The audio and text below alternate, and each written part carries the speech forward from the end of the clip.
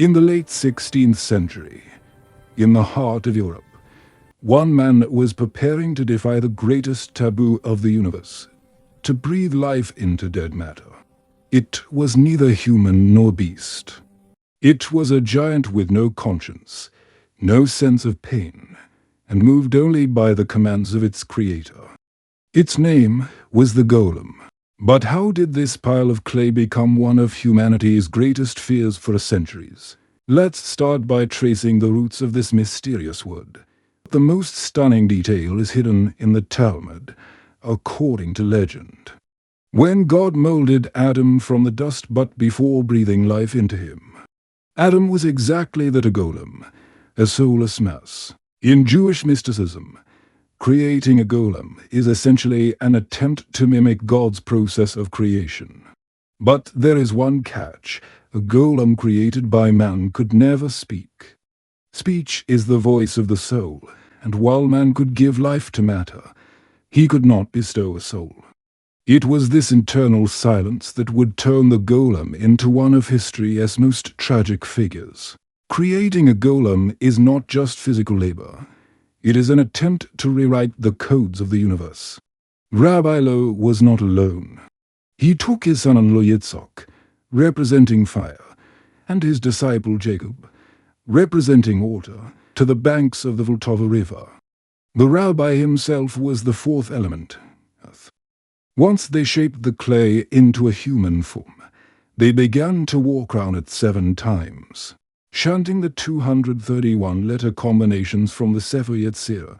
As they chanted, the clay body began to glow red, as if being baked in a furnace.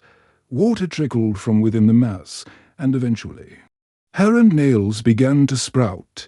The most critical moment was placing the Shimham Euphorish, parchment with the secret name of God, into the golem's mouth and carving the word Emet, truth, onto its forehead.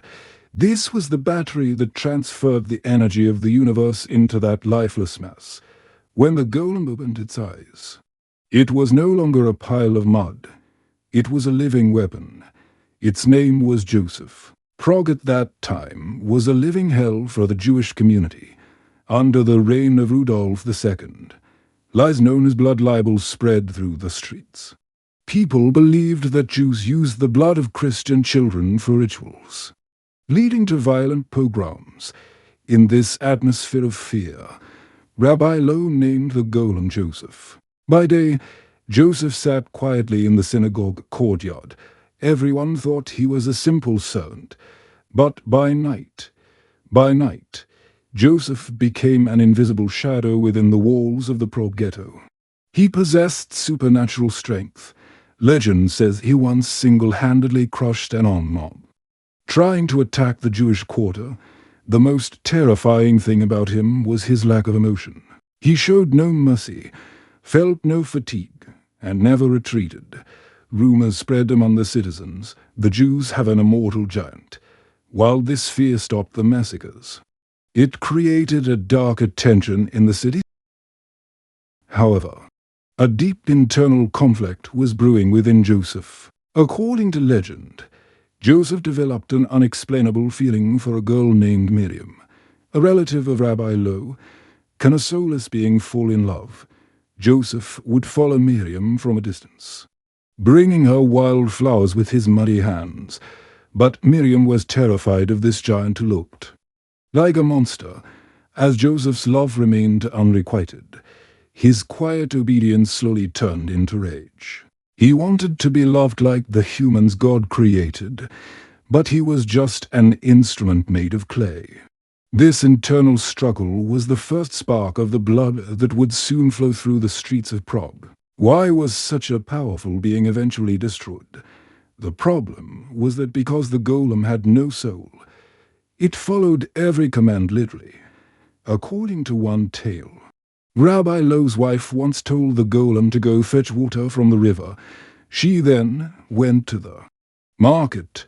When she returned, she found the entire house and street underwater. Since no one told the golem to stop, he continued to pour hundreds of buckets into the house.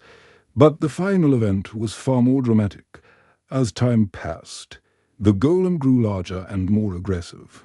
One Friday evening, as Rabbi Loew hurried for the Sabbath prayer, he forgot to remove the parchment from the golem's mouth. According to divine law, no being, not even a golem, is allowed to work on the Sabbath.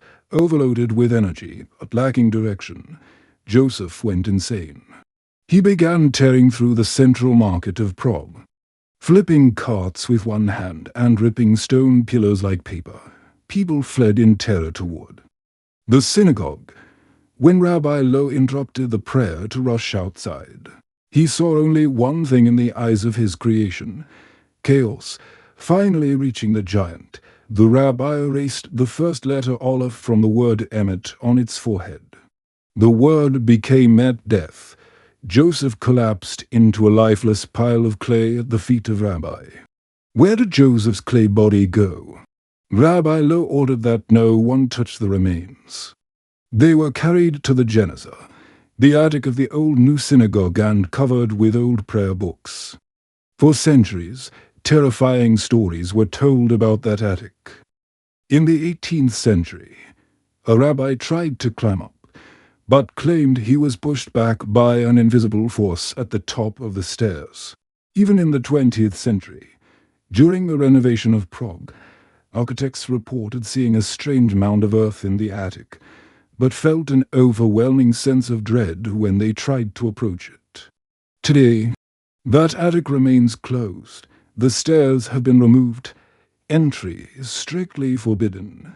Perhaps the golem of Prague is still there, amidst the dust, waiting for the day someone will once again carve truth onto its forehead.